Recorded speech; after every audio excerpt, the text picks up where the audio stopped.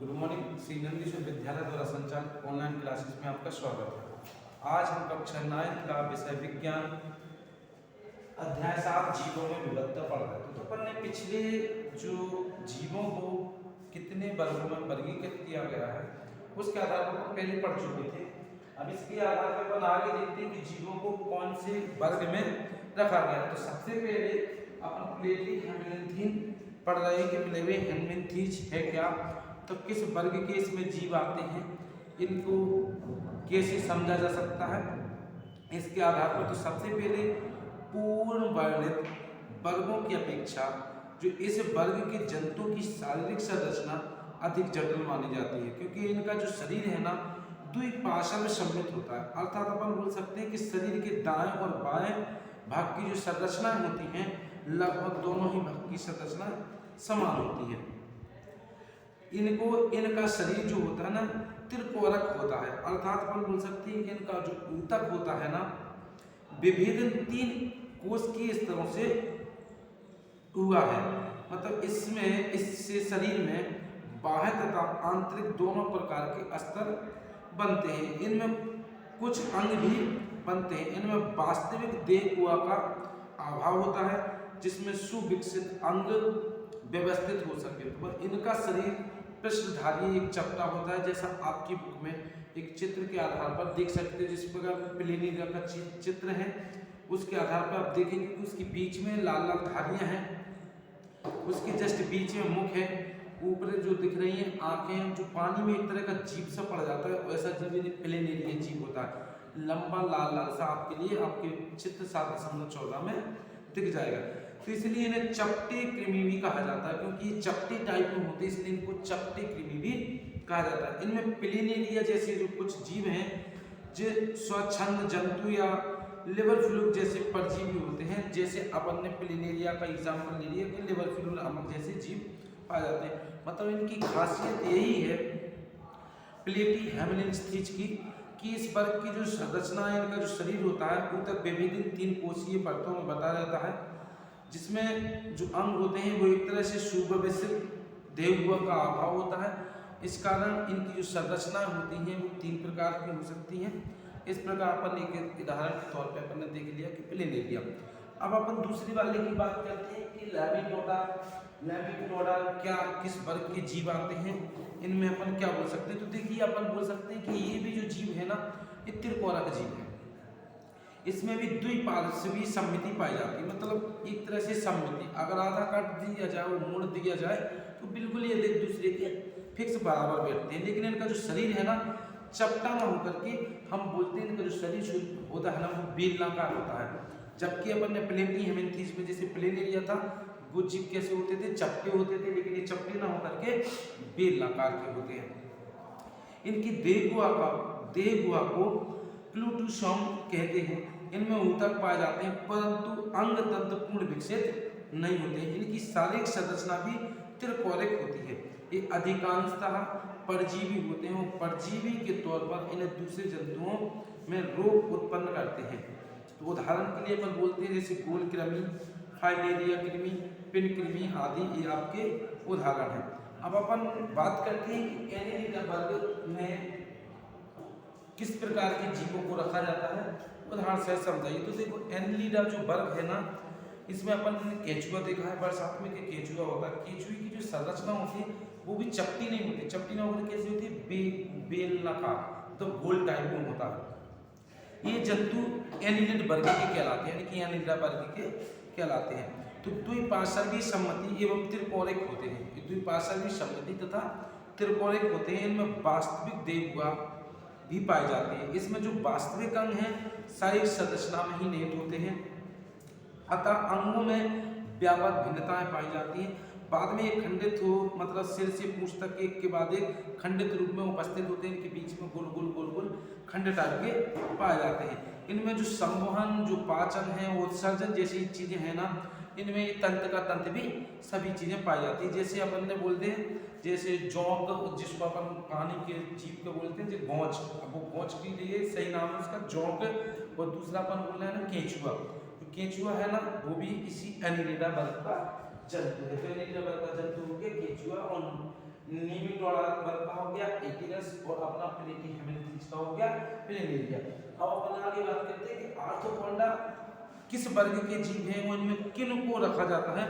तो देखिए यह जंतु जगत का सबसे बड़ा संघ कहलाता है, जिसको अपन आर्थ्रोपोडा कहते हैं।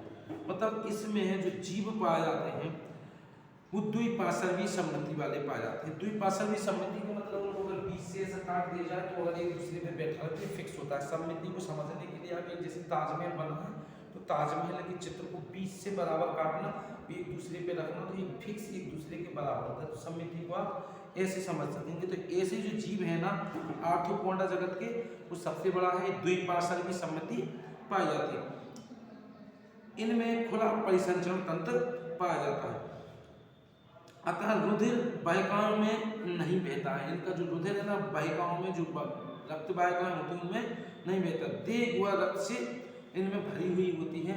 इनमें जुड़े हुए पैर पाए जाते हैं, लेकिन कुछ सामान्य उदाहरण जैसे अपन बात करें कि कुछ जुड़े हुए जीव पैर पाए जाते हैं, जैसे आपने नाम सुना होगा झींगा, एक तरह का पेलिमोन है जो बरसात में उचकता हुआ फिरता है, उसको झींगा बोलते हैं।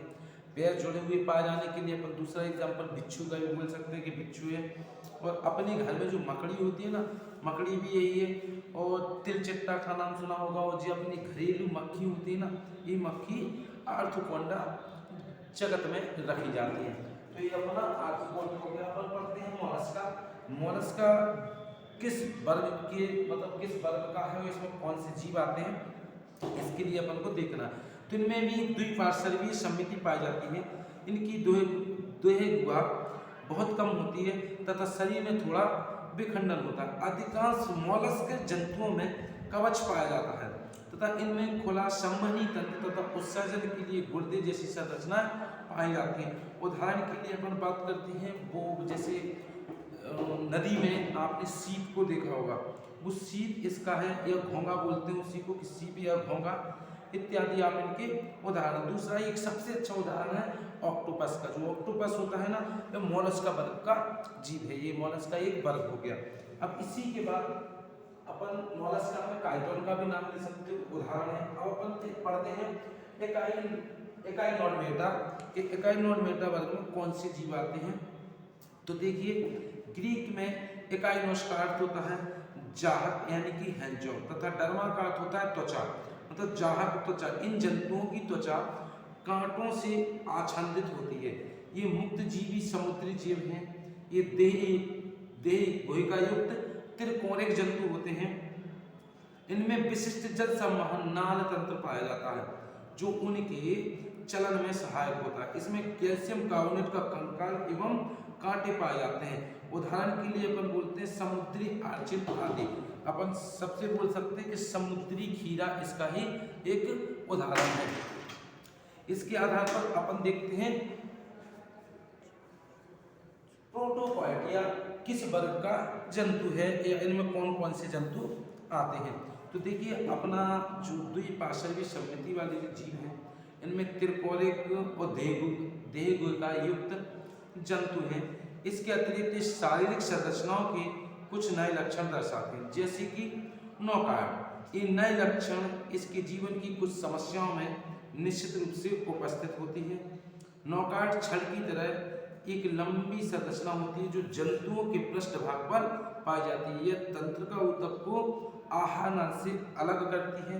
यह पेशियों के जुड़ने का स्थान भी प्रदान करती है, जिसमें चलन में आसानी होती है।